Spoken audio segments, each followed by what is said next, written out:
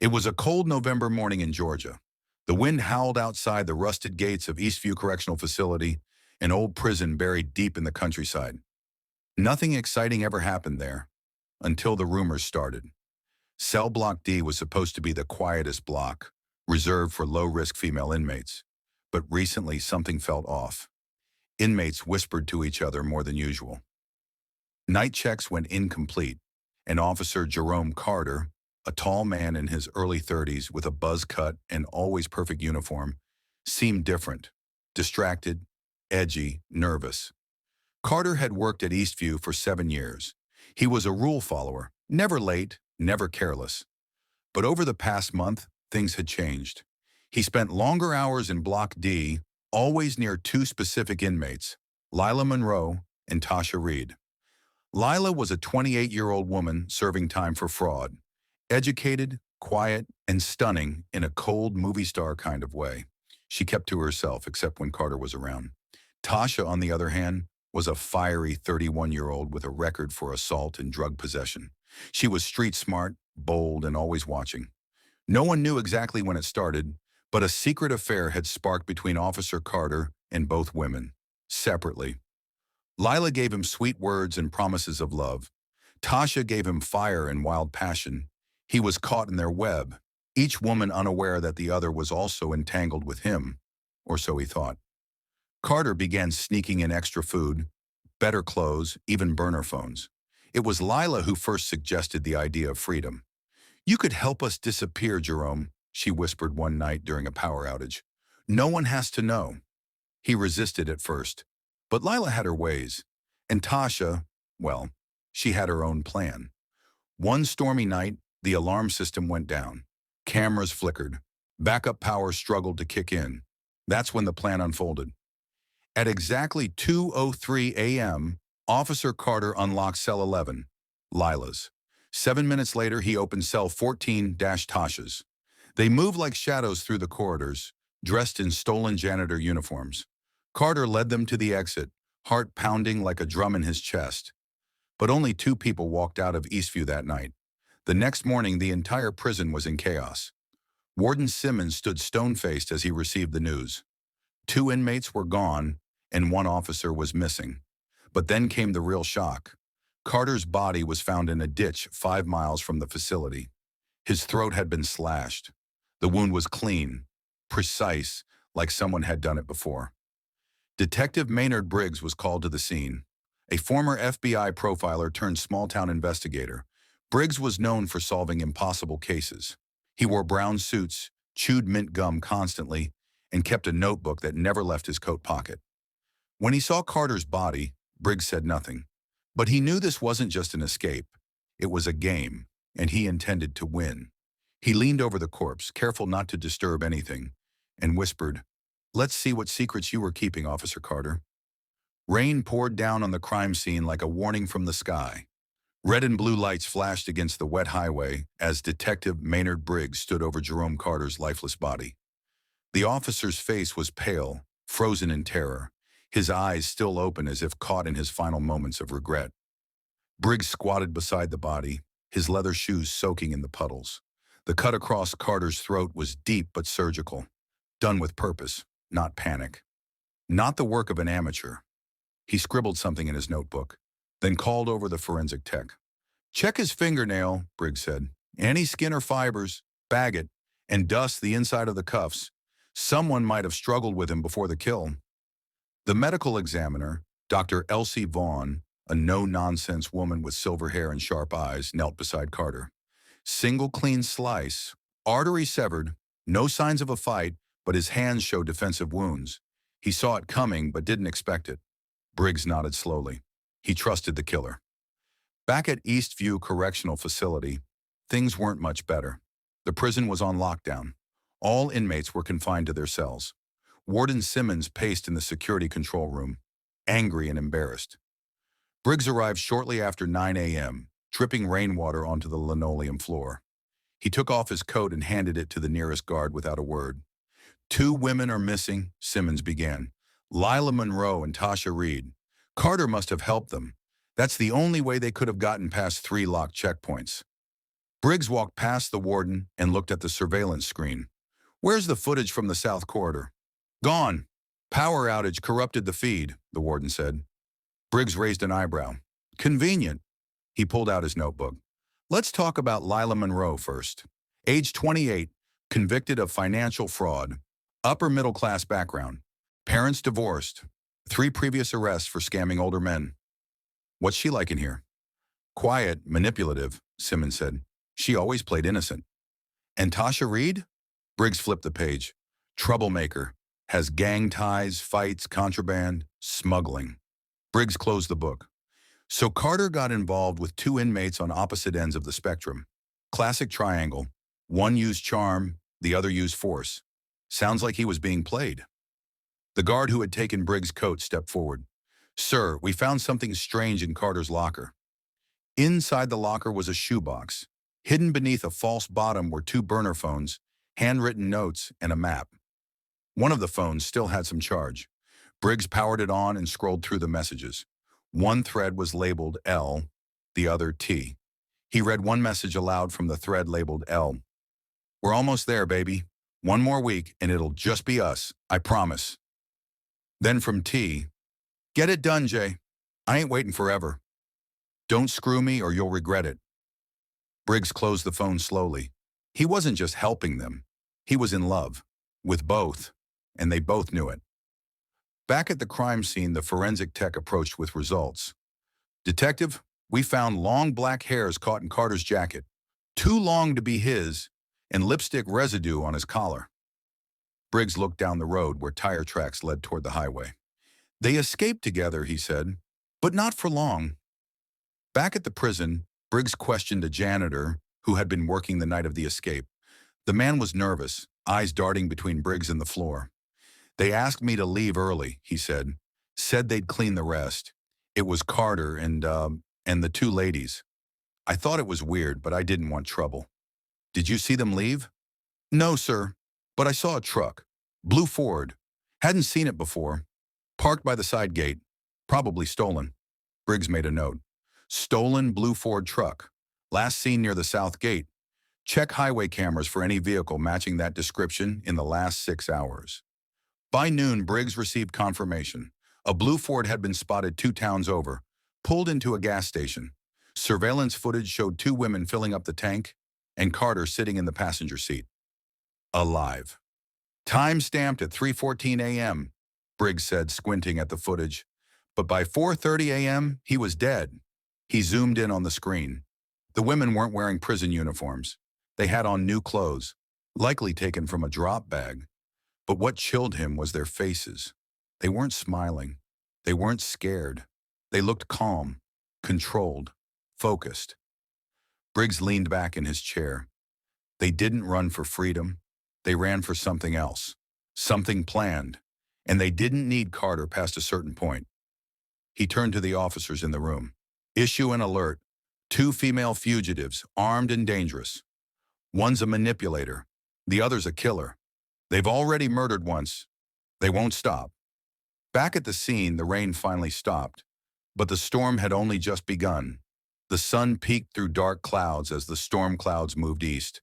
But for Detective Maynard Briggs, things were only getting darker. By the time he reached the gas station where the fugitives had been spotted, the blue Ford truck was gone. The manager, a young man named Tyler, was pale and shaken as he replayed the footage for Briggs on the security system. They came in quiet like regular people, Tyler said. The blonde was calm, real polite. She paid for gas and snacks. The other one didn't say a word, just watched everyone. Briggs zoomed in on the footage. Lila was the one who smiled at the cashier, acting like an average woman out late on a road trip. Tasha kept her hood up, scanning the station like a soldier on alert. They took a map, 3 bottles of water, protein bars, and a cheap kitchen knife, Tyler added. Didn't raise a single red flag. Then they drove off like nothing happened. Briggs rubbed his temples. They're trying to disappear. No cards, no phones. Cash only. They won't hit another city. Too much risk. He turned back to the footage. They'll go rural. Maybe take another vehicle. That truck's too hot now. Back at Eastview, investigators were combing through Carter's private life. His small apartment was a mess, papers everywhere, food wrappers on the floor, and notes scribbled on receipts and envelopes. On the nightstand was a photo of Carter with a young woman. Briggs pointed to the photo. "That his sister?" "Ex-girlfriend," replied Officer Dana Marks, who had been helping with the internal review. "She left him last year, said he got too intense, jealous. After that, he changed, started working overtime, pulled away from his friends. Looking for love in all the wrong places," Briggs muttered. On the kitchen counter, they found a crumpled piece of notebook paper. It read, "Lila says we can start over. I don't care about the job anymore. I just want to feel alive. I'll protect her. She said she loves me." But just beneath it was another torn scrap. "Tasha said Lila's lying. She warned me. Said Lila would use me and dump me. I don't know who to believe." Briggs stared at the two notes, his gut twisting. This man wasn't in control. He was the tool. One of them played him with sugar, the other with threats. They probably worked together until they didn't need him. Later that afternoon, a call came in from a nearby farmer outside a small town called Wayfield, 70 miles from the prison. "There's a blue truck in my cornfield," the man said. "It's been stripped. Tires gone. Hood open. I saw two women walking across the field early this morning." By the time Briggs got there, the truck was cold. He searched the interior and found a pink earring under the passenger seat. Expensive, out of place. In the glove box was a lipstick tube and a small scrap of paper with coordinates scribbled on it. "Coordinates?" asked the officer beside him. Briggs pulled out his phone and entered them. The location pointed to an old hunting cabin about 20 miles east near the state line. "They're not running aimlessly," he said. "They've got a safe house." The cabin was abandoned years ago, tucked into the woods. By the time Briggs and his team arrived, smoke still curled from a recently used fire pit. Inside, empty food wrappers, burned clothing, and two makeshift bedding areas told a quick story. "They stayed the night here," Briggs said, lifting a half-empty water bottle, "then left in a hurry." A map of the region was pinned to the wall with knife marks. Several places were circled in red, including small airports, gas stations, and the bus depot in a town called Claymont. "There," Briggs pointed. "That's their next move." As they left the cabin, Briggs noticed something buried beneath the floorboards, a burned photograph. He carefully unfolded what was left of it. It showed Lila, Carter, and Tasha together in a dark hallway of the prison, smirking at the camera. "They planned this long ago," he whispered. "Carter wasn't the only fool. We all were." Meanwhile, in Claymont, Lila and Tasha sat in a diner booth, dressed like nurses. They had taken the identities from two victims whose uniforms they stole during a staged car breakdown earlier that morning. Tasha kept glancing at the door, uneasy. "We should keep moving." Lila stirred her coffee slowly. "We're not running. We're setting a trap." Tasha narrowed her eyes. "For who?" Lila looked out the window, eyes far away. "For the man who thinks he's hunting us." She slid a small prepaid phone across the table to Tasha. "When I tell you to call, do it. He'll come, and when he does, we finish this." Tasha hesitated. "What if we just disappear, like we planned?" Lila smiled coldly. "This isn't just about freedom anymore. This is about making sure no one ever owns us again." Back at his motel, Briggs replayed everything in his mind. Two inmates, one dead officer, a trail of lies, and something more. But Lila Monroe had just decided that she was no longer running from the law. She was running towards something, and Detective Briggs was about to walk straight into her web. The rain returned the next morning, falling in sharp sheets over the small town of Claymont. Fog hugged the narrow roads, cloaking visibility and soaking the sidewalks. Detective Maynard Briggs stood at the edge of the bus depot parking lot, staring at the map pinned to the passenger seat of his car. The red circle over Claymont had haunted him all night. He didn't sleep. He never did when the prey was this close. He adjusted his coat, nodded to the two officers in the unmarked van across the street, and stepped into the depot. Inside, the air smelled like wet leather and stale coffee. A few people were scattered around, most of them sleepy travelers, some waiting for buses that ran late, others hiding from the weather. Briggs's eyes darted across each face. The woman at the ticket counter, Janice, recognized him immediately. "Detective Briggs, right?" He nodded. "Any two women buy tickets in the last 12 hours? Both in their 20s or 30s? One possibly blonde, the other with dark skin, strong build?" Janice frowned. "You just missed them. About an hour ago. They asked about the 7 a.m. bus to Beckley, but they didn't board." He tensed. "They didn't leave?" "Number one of them walked around back. The other stayed by the restroom for a while. Then I didn't see them again." Briggs stepped outside and circled the depot. His eyes landed on the alley that led behind the station. A trash bin, a few crates, and a torn white cloth caught on the fence. He crouched. The cloth was from a nurse's uniform. "They were here," he muttered.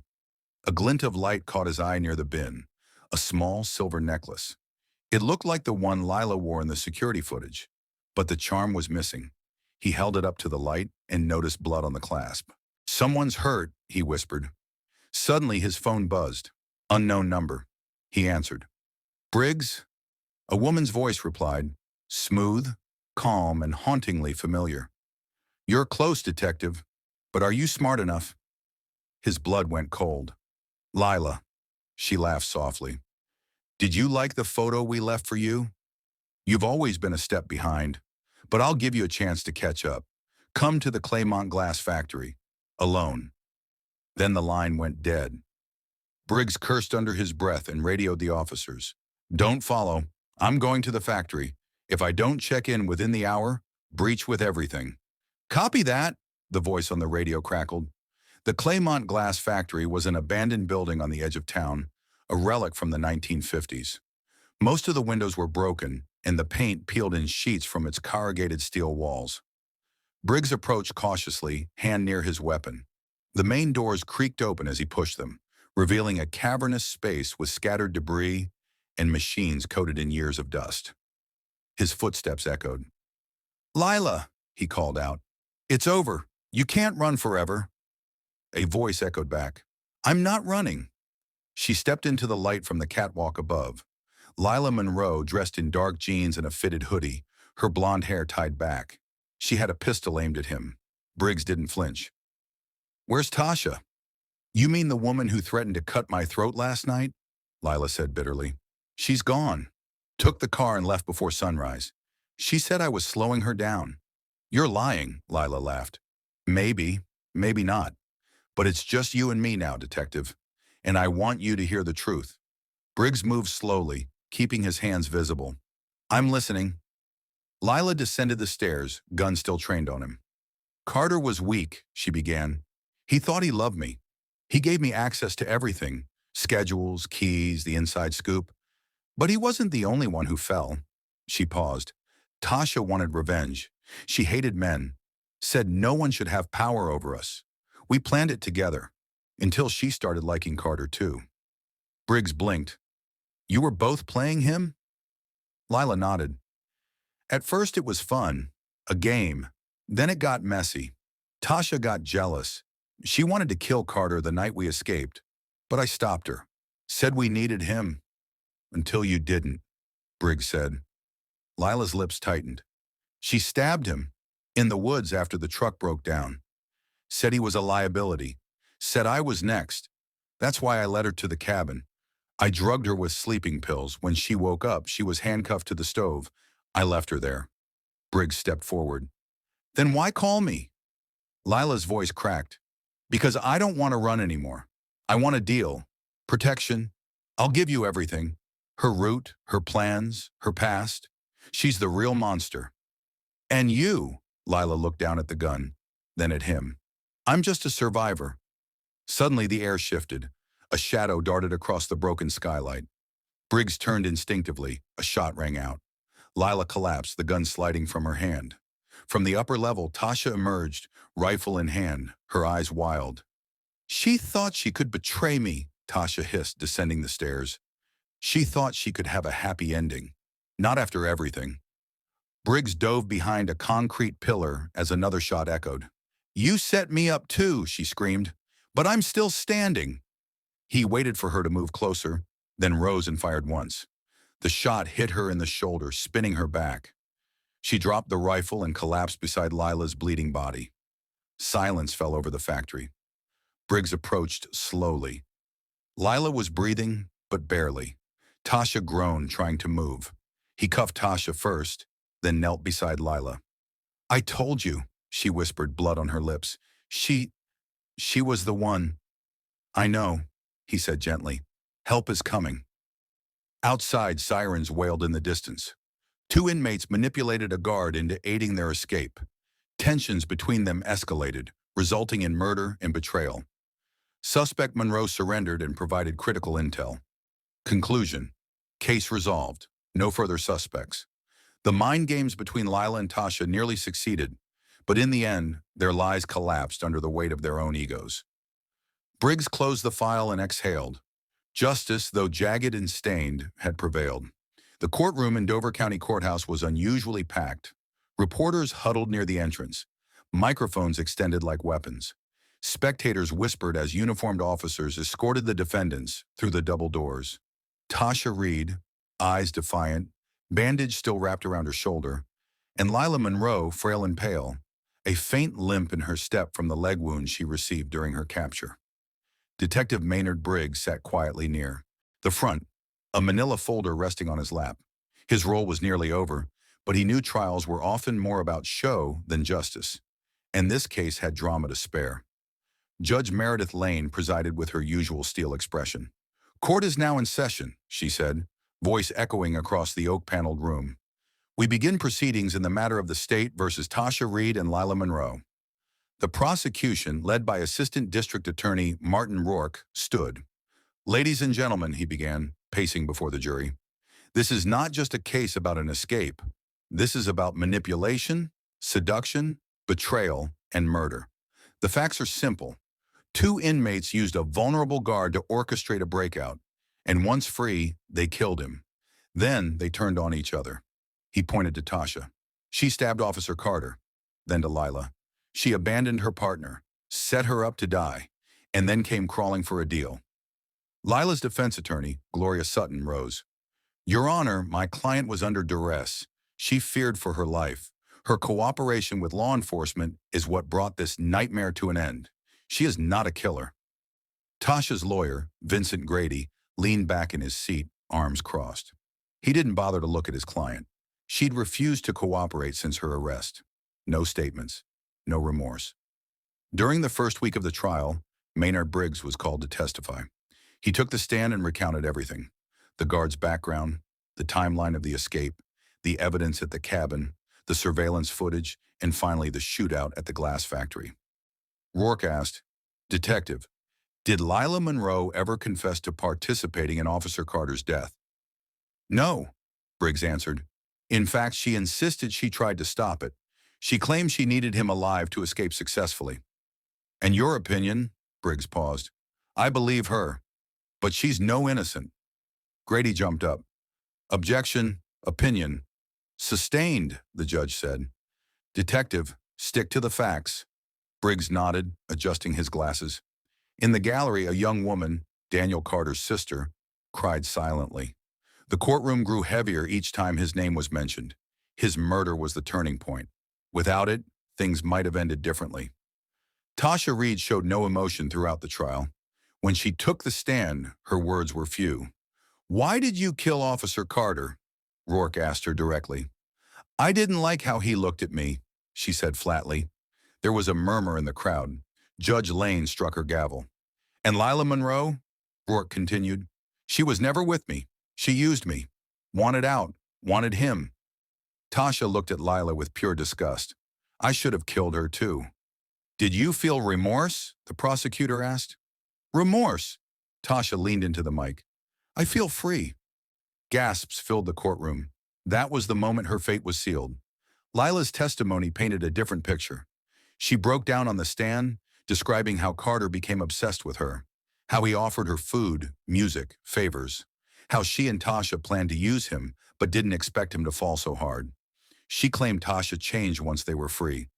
"She wanted to hurt people," Lila said through tears. "She enjoyed it. I didn't. I just wanted to disappear." "And why did you leave her at the cabin?" Sutton asked gently. "I was afraid she'd kill me next." The jury watched closely, gauging every tear, every tremble in her voice. But Briggs knew the difference between guilt and performance. After 3 weeks, the trial came to an end. Judge Lane delivered her verdict first for Tasha Reed. On the charges of escape, conspiracy, and the murder of Officer Daniel Carter, this court finds you guilty, sentenced to life without the possibility of parole. Tasha blinked once, then smiled. You can lock the body, she said quietly, but my mind's still free. Briggs stared at her, unsettled. Then came Lila's verdict. On the charges of escape and conspiracy, and being an accessory to murder, this court finds you guilty, sentenced to 25 years, eligible for parole after 15. Lila broke down, sobbing uncontrollably. Briggs didn't move. He simply stood and walked out of the courtroom into the chilly spring air. The manipulation of prison systems and emotional exploitation of a weak guard led to tragedy. Proper checks, psychological evaluations, and surveillance protocols must be reviewed. Closure. Achieved. Signed. Detective Maynard Briggs, Dover County PD. Back at his desk, Briggs stared at Carter's photo for a long time. A young man. Foolish, maybe, but undeserving of what he got. Justice was served, but the scars would remain. And somewhere in the depths of the prison system, two women sat alone, one boiling in silence, the other counting days until she could start over. 6 months had passed since the trial. The media frenzy had died down. The country moved on. But inside Dover Correctional Facility, time worked differently. Minutes crawled, days blurred, memories didn't fade.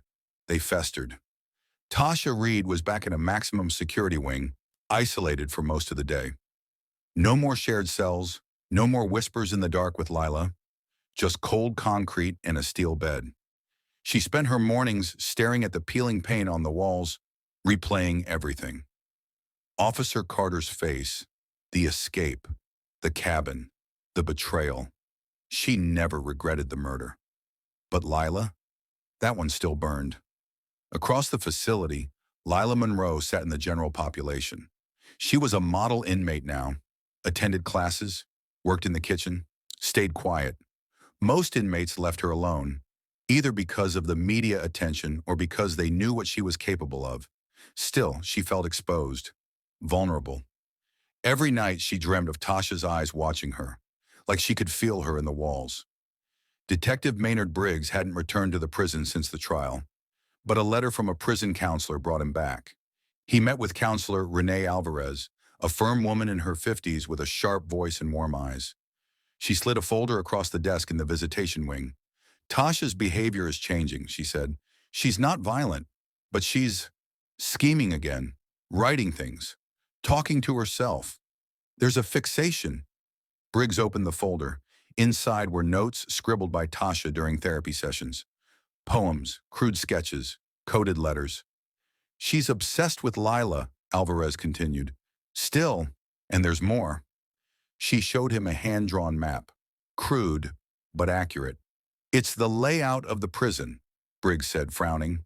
This shouldn't be in her possession. It wasn't. It was found in another inmate's cell. Briggs narrowed his eyes. She's planning something. He requested an interview with Tasha. She agreed, surprisingly. When he walked into the room, she smiled. Well, look who missed me, she said, voice like smoke.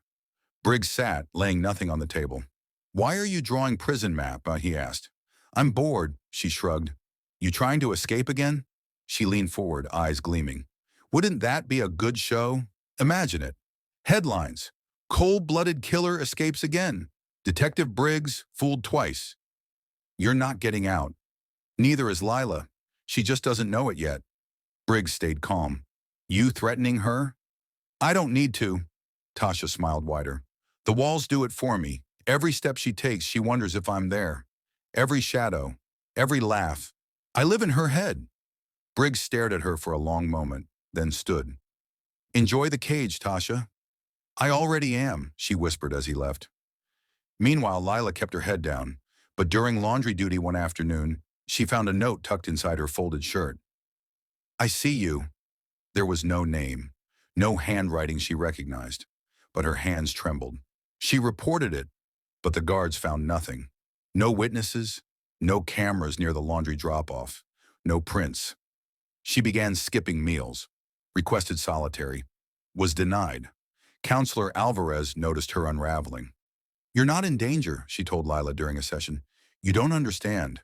She's here, in the walls. I can feel her. She's in another unit. It doesn't matter. Tasha doesn't need knives or plans. She just needs time." Lila stopped talking after that.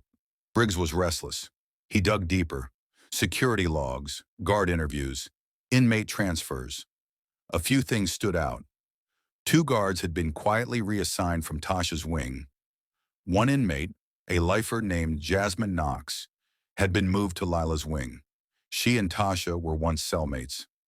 Commissary reports showed Jasmine was receiving credits from an unknown outside source. It clicked. Tasha was pulling strings, using others to keep her war going. Briggs sent a warning to the prison warden, but bureaucracy moved slowly, and Tasha moved fast. One evening, the prison lights flickered. A temporary power surge. Cameras went dark for 60 seconds. In those 60 seconds, Lila was attacked in the showers. Not stabbed, not strangled, just slammed into the tile and whispered to, "You'll never make it out." She couldn't see the face, but she knew. Jasmine. By the time guards responded, there were no bruises, no proof. But Lila was done. She requested to speak to Briggs. He visited the next morning. She looked thinner, older, like 10 years had passed. "I need to get out," she said. "You had a shot at freedom once," he said. "You threw it away." "I didn't kill him, number, but you let it happen." "I can give you names," she whispered. "Everyone she's using, everything she's planning." Briggs sat back. "Why now?" "Because I know how this ends if I don't talk." He nodded slowly. "Then start talking." The prison warden finally took the warning seriously.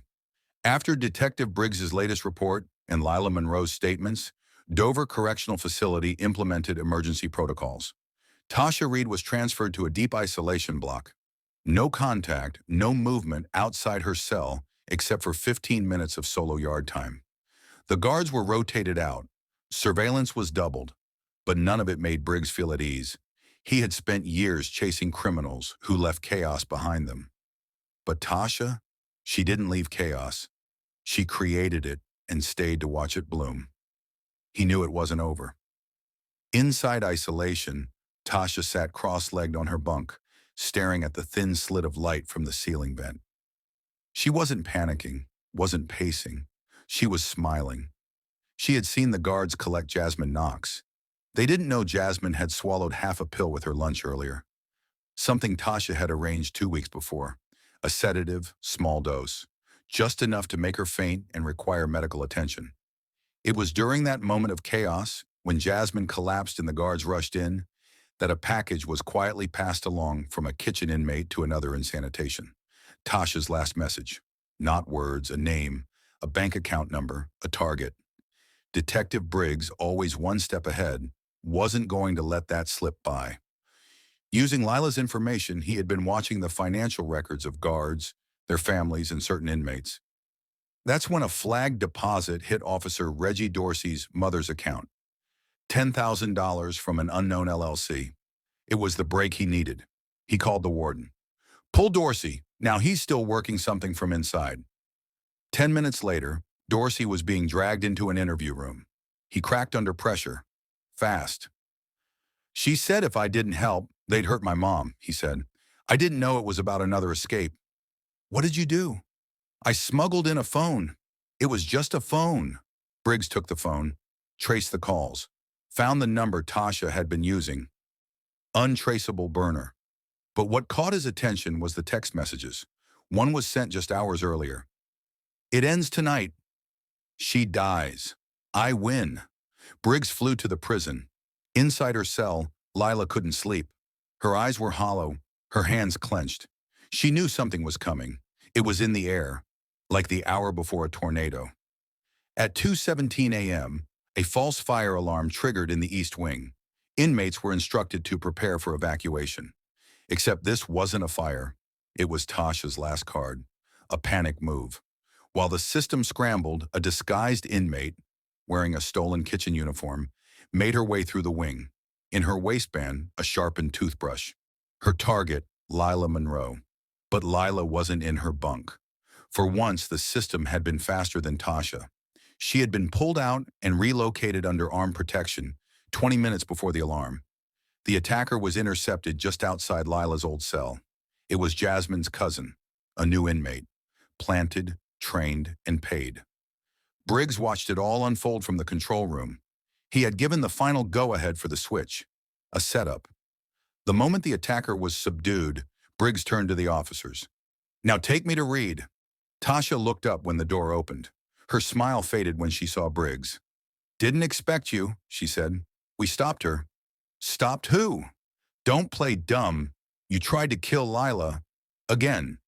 She deserves worse." Briggs sat, holding up a photo of Jasmine's cousin in cuffs. "This your final move?"